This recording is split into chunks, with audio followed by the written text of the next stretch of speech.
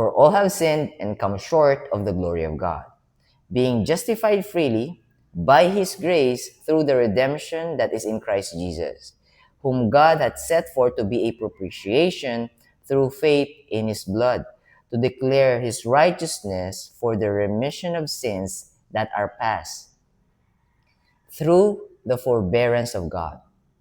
So all of us sinned. By the way, that's Romans chapter 23, 24, and 25. Romans chapter 3, verse 24, 23. Romans chapter 3, verse 23, 24, and 25. I just want to make that one clear. Anyways, for all have sinned, come short of the glory of God. So every one of us keeps on falling short. Declaring God sees us sinners. And there's no way for us to save ourselves. So, all right, all of you have sinned, all of you have sinned. I'm gonna make a way for you to be saved. I'm gonna save you. All right.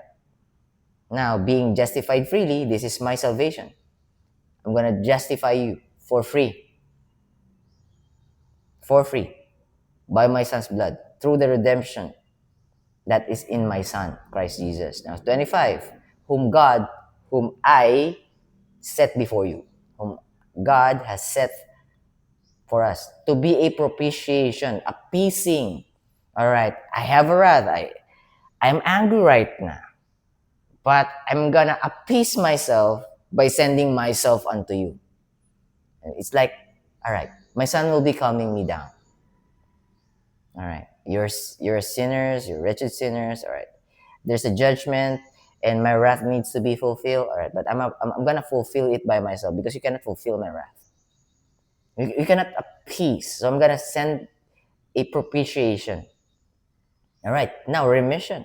So our Lord Jesus Christ is the propitiation, the calmness of God, the one who calms the Father. Now, the remission, the cancellation of death, the forgiveness of sin.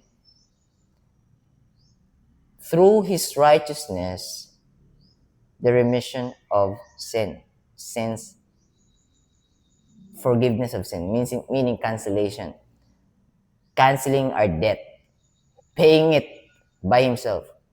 Though he paid it already. Now, the last line, the forbearance, through the forbearance of God, meaning God is being too patient enough for us to be saved. Thankfully, God is patient. Meaning, full of self-control, full of wisdom. He knows everything. All right. Among you, there's goats. But among you, there's sheep and lost sheep. I'm going to save the lost sheep and sheep. All right. Sheep, you understand my words now. You understand my gift. And you're enjoying my gift. You now have salvation. You now have eternal life. So as long as you're living here on earth, I have a purpose. Go find the lost sheep and bring them back in. So once every lost sheep is home, all the lost sheep are home, I'll be returning, and then I'll be raising you up in heaven. But the goats will be cast down to hell. All right, already almost 4 minutes. Anyways, that's a verse that I could share today. I was thinking about Romans chapter 3, verse 10, then Romans chapter 3, verse 23, then Romans chapter 3, verse 24, then Romans chapter 3, verse 25. But anyways, I'm gonna do my Bible reading, Tagalog, ang salita ng Diyos. Mateo na po tayo. Mateo chapter 22 na tayo, chapter 22, verse 1 to 10. Dahil 4 minutes na, basa na ako. 2 parts tong title na to. Ang talinghaga tungkol sa handaan sa kasal. Pero dahil 2 parts siya, yung continuation tomorrow, so may cliffhanger. So bibitinin ko kayo. So babasahin ko na muna yung verse 1 to 10 ng Matthew chapter 22. So Mateo kapitulo 22, versikulo 1 hanggang 10. Parallel verses sa Luke chapter 14 verse 15 to 24. Verse 1 po tayo. Verse 1. Sorry, nadigay lang. Burp. Verse 1. Muling nagsalita sa kanila si Jesus sa pamamagitan ng talinhaga, parable. Sinabi niya, verse 2, ang paghahari ng langit ay maihahalin tulad sa kwentong ito. May isang hari na naghanda ng salo-salo sa kasal ng anak niyang lalaki. 3. Sinugo niya ang kanyang mga alipin / tagasunod, in our time, employee. Kasi baka marinig niyong alipin, napaka-cruel naman ng storya na yan, ng parable na yan. Panahon naman na, napaka-cruel. Yung alipin, na tinranslate na Tagalog, servant. Servant, sa kanila, nung time nila, yun yung mga workers. For example, doctors, waiter, serving, pero hindi yun yung wini-whip. Okay, hindi yung gano'n, yung pinaghihilan ng yung naiisip natin, hindi yun. Pagka sinabing alipin. So, verse 3, sinugo niya ang kanyang mga alipin, gusto ko clarify ito, / tagasunod, servant, para tawagin ang mga inimbitahan sa kasalanan, inimbitahan sa kasalanan, mali basa ko doon, inimbitahan sa kasalan, ngunit ayaw nilang dumalo. So, tignan mo to, paano mo uutusan, bagay, pwedeng maisip nga ng tao na, hindi, yun yung slave yan, slave. As in yung, hindi yung servant, slave yan. Tapos, syempre, susunod yan, pagka-inutusan. Pero hindi. Tinutukoy dito yung servant, hindi slave. There will be slaves. Pero itong mga tinutukoy dito, lalo dito sa parable na to, sa kwento na ni Jesus, is servant. Translation ng alipin. JB, baka heresy sinasabi mo, I'm gonna dig deeper, but that's what I've gathered. Sinugo niya ang kanyang mga alipin para tawagin ng mga inimbitahan sa kasalan. Sa kasalanan na naman, inimbitahan sa kasalan, ngunit ayaw nilang dumalo. So, invited na, ayaw pa dumalo. Parang ganito lang yan. Ini-invite ko kayo sa langit. Nililigtas ko na kayo. Ako na magbibigay sa inyo ng eternal life. Ayaw nyo pa. Kasi dahil ba sinabi sa inyo ni Satan, di kayo deserving? Dahil ba sinabi sa inyo ni Satan, di kayo worthy? Dahil sinabi ba sa inyo ni Satan, unrighteous kayo, ungodly kayo? Para saan pa yung hospital kung hindi nyo dadalhin dun yung may sakit? Para saan pa ililigtas ko kayo kung hindi pala kayo karapat-dapat iligtas? Ibig sabihin, malinis na pala kayo. So, ba't ko pa kayo ililigtas kung malinis na kayo? Don't believe Satan. Satan is cunning, conniving, subtle, crafty, napaka-skillful ng mga linlang. Para hindi kayo malinlang ni Satan, Jeremiah chapter 17 verse 9. Dwell kayo doon. Magmuni-muni kayo doon sa verse na yun. Try nyong unawain. The heart is deceitful above all things and desperately wicked, who can know it? God is telling us, don't trust your heart because Satan would be able to manipulate it, and you will trust your heart, you will trust your flesh, and then it will bleed onto your thoughts. And then you will follow, your thoughts will be turned into action. Don't trust your heart. If your heart is the heart of flesh, if your heart is your heart and not God's heart, kasi i-replace niyo yung heart natin with His heart. Heart of stone na papalitan niya ng heart, His heart. So, kaya hindi kayo makapaniwala na ililigtas ko kayo ay dahil gusto nyo kayo magligtas sa sarili nyo. Ang problema, anak, lost sheep, ikaw ba'y omniscient? Ikaw ba'y omnipresent? So, pwede ka bang nasa Amerika ngayon, tapos nandito ka sa Pilipinas, lost sheep? Hindi, di ba? Ako yun. Pwede akong nasa Amerika, pwede akong nasa South Africa, pwede akong nasa China, pwede ako nasa buong mundo, nakikita ko lahat ng nangyayari. At nakita ko yung hinaharap. Hindi mo kayang iligtas sarili mo eh. Kaso mahal kita. O, papadinig ko sa yung regalo ko sa'yo. Ngayon, pag hindi mo nadinig, papadala pa ulit ako. Pero kung goat ka, hindi mo talaga maintindihan. Okay, yung goat, unbeliever yon. Yung goat, sa hell pa pupunta yon. Kasi yung goat, hindi niya pagtitiwalaan yung magliligtas sa kanya, na ililigtas siya nung magliligtas sa kanya. Mouthful no? Alright, wait lang. Nahahaba ako. Nasa verse 3 pa lang ako. 10 minutes na. Sinugo niya ang kanyang mga alipin para tawagin ng mga inimbitahan sa kasalan, ngunit ayaw nilang dumalo. Yun, nabasa ko din ng tama. Verse 4. Sinugo niya ang iba pang mga alipin para sabihin sa mga inimbitahan, handa na ang lahat. Nakatay na ang aking mga baka at iba pang pinatabang hayop. Nakahanda na ang pagkain, kaya halina kayo. Grabe yung invitation nun. Kakain na lang. Hinanda na't lahat. Verse 5. Kita mo nga, hindi nga pinagtrabahuan ng iniimbita, no? Bakit parable to ni Lord? Sinasabi ni Lord, don't trust your works. Your works will not save you. Trust me that I've saved you, then do your works. Because you will never count your works as a reason of your salvation. Because your salvation is in my hands, and I've already given it to you. When you trust me, it's yours. It's not that you believe me. Do you trust what you believe in? Because Satan also believed, the devil also believed, but they didn't trust. Okay, tuloy po tayo. So, verse 6 na ba tayo? Hindi, verse 5 pa ulit. Tuloy ko lang po yung verse 5. Ngunit hindi ito pinansin ng mga inimbitahan. Ang iba'y pumunta sa bukid nila. Gumawa ng sarili lang gagawin. Nagtiwala sa sarili. Yun yung sinasabi. Pumunta sa bukid nila at ang iba'y inaasikaso ang negosyo nila. May kanya-kanyang full of distraction. The enemy, Satan, only needs to distract you from heaven so you could be in hell. So he could drag you to hell. He only needs to distract you from heaven. He only needs you to not pay attention to the way to heaven. Alam mo, punta sa bukid, nasikaso ang negosyo, meaning aka trusting themselves and what's running inside their head. They couldn't surrender their thoughts. Sabi sa Isaiah chapter 55 verse 8 and 9, my thoughts is not your thoughts, so your ways not my ways, saith the Lord.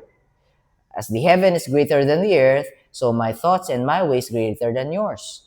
So how could you trust your thoughts over God if your thoughts is worldly? Now, the reason why you're trusting your worldly thoughts and your flesh is because you haven't realized that your life here on earth has a limit, has an expiration date. It's only a matter of time. And that time could be different from one another. Sometimes, nagkakasabay. Pero, what's inevitable is all of us will pass away. But the thing is, we're too distracted. Satan just wants us to focus on the tree so we could miss the forest. So we're missing the forest for the tree. And the tree is temporary, but the forest is eternal. Now, if you're outside the forest, it means you're on the opposite side. So what's the opposite side? Forest, aka analogy for heaven. So the opposite side of heaven is hell. So what's inside hell? Have you encountered depression, anxiety, stress, anger, hatred, envy, jealousy? Have you cried so hard because of sadness and sorrow? Have you ever lost someone, the feeling of losing someone? How about physical pain? Have you encountered it? How about emotional pain? Have you encountered it? Now, if you felt those things, negative things, a glimpse of hell, now multiply it by the highest number that you can think of, that's what hell is offering us in hell. Okay, let me just continue reading for 14 minutes na. Sorry guys.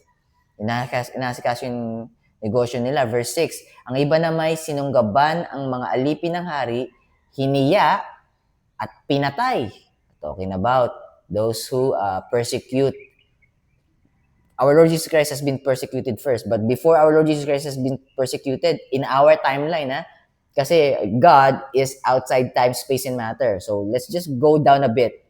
Dumb it down. So sa timeline natin, the prophets in the Old Testament has been persecuted, prophesying the incoming of our Lord Jesus Christ. And there's a lot of foreshadowing. The Old Testament is talking about our Lord Jesus Christ. The scripture testified of me. 2 Timothy chapter 3, verse 16. Search the scriptures. It is this testimony of me. It's testifying of me. So, tiniya at pinatay. Nag-send ng messenger, we don't believe you are. Kulit mo na. Ang kulit-kulit mo. Gustong-gusto namin tong flesh. Mamumuhay kami sa flesh. Huwag mo nga kaming hilahin dyan sa kainan na yan. Ang kulit-kulit mo. Bumalik ka pa. O, eto. Bam. O, sige, dyan ka na. 6 feet underground. Para hindi ka na bumalik. Alright, tuloy natin sa verse 7. Kaya galit na galit ang hari. The wrath of God. God is loving and also just. Which one do you want to lie upon? Gusto mo bang mahiga sa pagmamahal ng Panginoon o sa parusa ng Panginoon? O bakit napaka-cruel ng Panginoon nyo? Ba't nagpaparusa? Siya yung Diyos eh. Kailangan niya parusahan yung kasalanan eh. O sige, bigyan kita example. Nagiging preachy ako. Just try to listen. Pag hindi nag-make sense, di tapon. Tapon nyo. Pagkabuto, tapon. Pagkalaman, kain. Tingnan nyo po ito ha. Tingnan nyo lang sa sarili nyo ha. Halimbawa, house owner ka. Homeowner. Tapos, let's say, minimal na kainan, salo-salo. Tapos, nag-imbita ka. Kaibigan mo. Best friend mo na. Sige, para ma-imagine mo, yung best friend mo, inimbita mo. Yung best friend mo, nakatapak ng pupu on the way. Di pumasok na yung best friend mo. So, pagpasok ng best friend mo, hindi niya hinubad yung sapatos niya. Pero yung pupu na naapakan niya, nakakapit sa sapatos niya. Tapos yung ginawa ng best friend mo, hinanap yung carpet. Tapos ang ginawa ng best friend mo, nakita yung carpet nyo, o kahit damit mo na lang siguro, pinunasan yung sapatos. Tapos may natira pa doon sa sapatos. Ang ginawa pa ng best friend mo, pumunta doon sa sopa, tumalon-talon. May natira pa doon sa sapatos, hindi pa natanggal lahat. Pumunta pa sa kama nyo ng asawa mo. Tapos nagtatatalon-talon doon. Tapos ginupit-gupit pa yung yung kumot. Tapos yung unang niluray-luray. Na-imagine mo yun? Ikaw yung may-ari ng tahanan. Inimbita mo in good faith yung kaibigan mo, yung best friend mo. Tapos gagawin sa'yo. Would you feel better? Would you feel okay? Magiging okay ka doon? Tignan mo to. Tao ka pa lang. Tao lang tayo. Pero alam natin sa sarili natin, hindi tayo magiging okay doon sa pakiramdam na yan. What more the Creator? Going against the Creator. God created us in their own image, soul and spirit. So we can relate on how would God feel. And God can relate to us because He sent His only Son. Kasi kung hindi niya sinend yung kanyang anak, hindi niya mararamdaman. Alam niya, pero pinapakita niya kung ano yung na-experience niya, na-experience ko din. So wala kayong may tatago sa akin. Hindi niyo pwedeng sabihin sa akin na hindi ko alam. Na-in-experience ko nga mismo eh. Sinend ko nga yung sarili ko eh. O bakit JB, sabi mo yung anak yung sinend? The Father, the Son, and the Holy Spirit is just one. Just three different nature. Imposible. Imposibleng yung Diyos may tatlong persona. JB, unacceptable. Pagka kaya mo na mag-create ng sarili mong earth, pagka nakapag-create ka na ng sarili mong mundo, sarili mong earth, tapos kaya mo nang bigyan yung sarili mo ng buhay na walang hanggan, tama ka. No question. No doubt. Not a single drop of doubt. I will not doubt you. Pagka na-create mo na yung sarili mong universe, sarili mong earth, sarili mong buhay, binigyan mo ng buhay na walang hanggan, amen. Tama ka. But if you are honest to yourself, maybe I'm talking to the atheist. Maybe I'm talking to those people who believe on different God. Kasi yung aside from our Lord Jesus Christ, every other religion will point you to yourself for yourself to be better. The problem is you would never be able to be a better version of yourself because you will keep on falling short. Meaning, aka you can never be perfect. If you're not perfect, you're not righteous. If you're not righteous, you're not holy. If your God is powerful and just, how could He accept you if you're not perfect, righteous, and holy? When heaven is for perfect, righteous, and holy.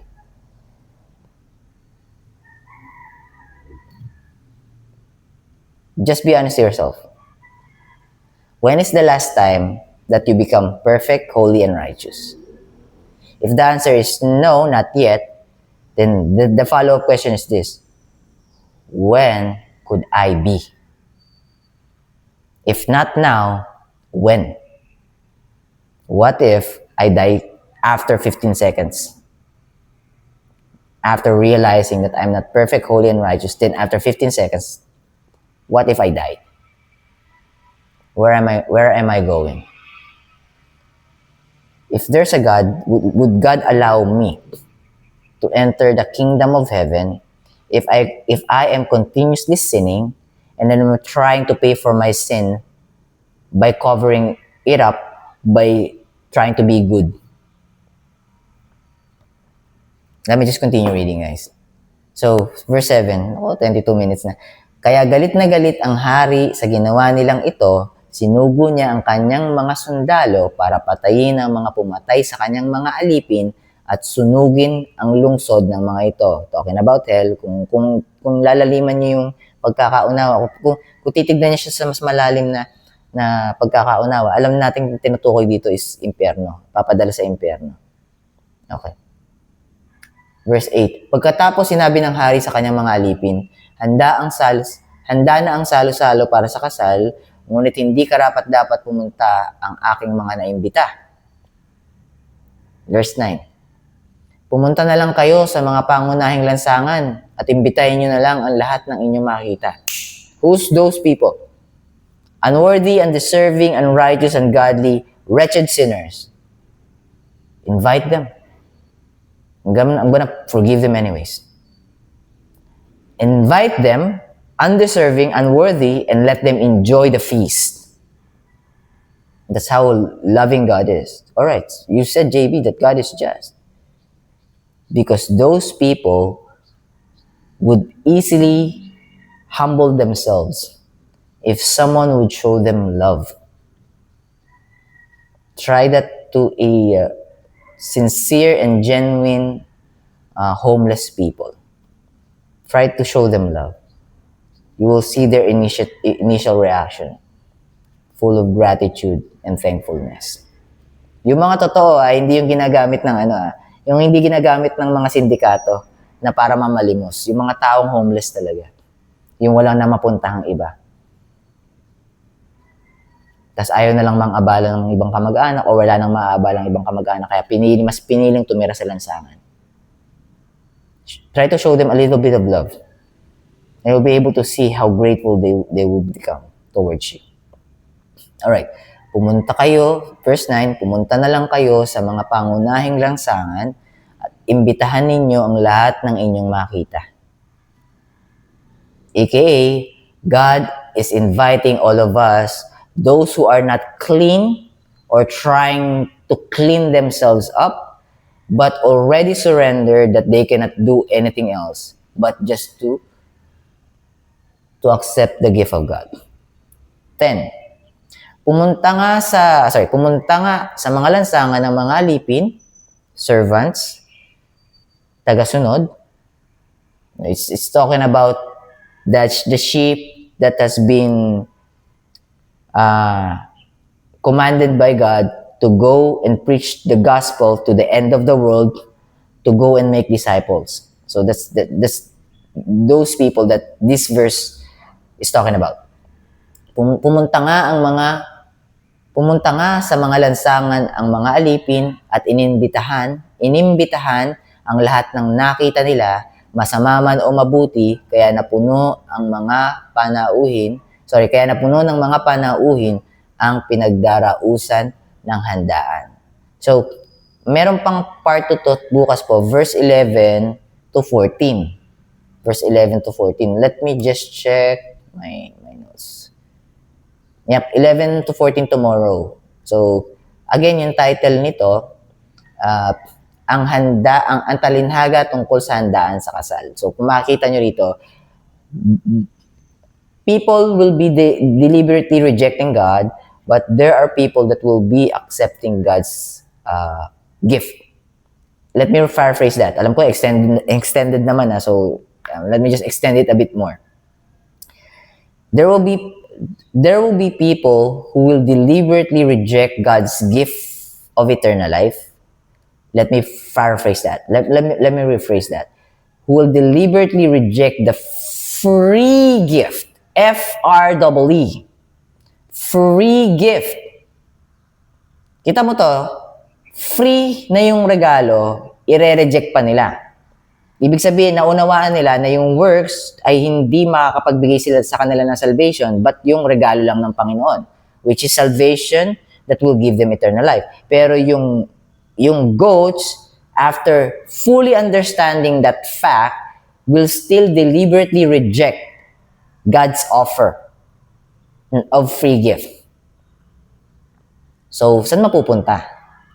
Simple lang. Para sa 5 taon na 6 na taong gulang. Sabi ng Panginoon, ililigtas kita at niligtas na kita. Sabi nung ayaw maniwala, ayaw. Sabi ng Panginoon, okay, sige, ayaw mo. O tapos isang bata naman, ililigtas kita. Talaga po? O parang ganito, bigyan kita ng candy, tanggapin mo? Candy po? Opo, pengi po.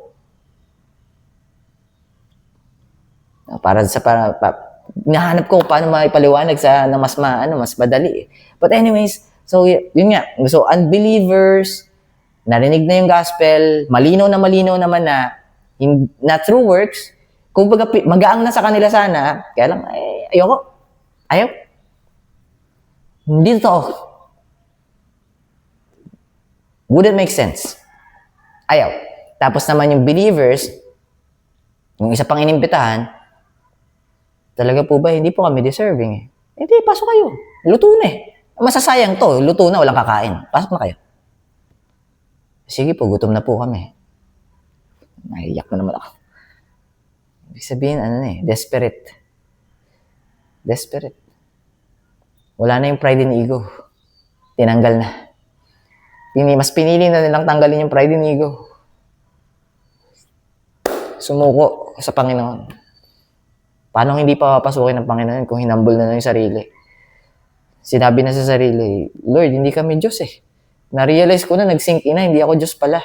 Ikaw pala yun Salamat. Tuloy natin to bukas. Ayoko maging emotional. Kita-kita po tayo bukas. I'll be seeing you soon. Tomorrow. Sige, para done deal. Tomorrow. I'll be seeing you tomorrow. Bye for now. God bless you guys.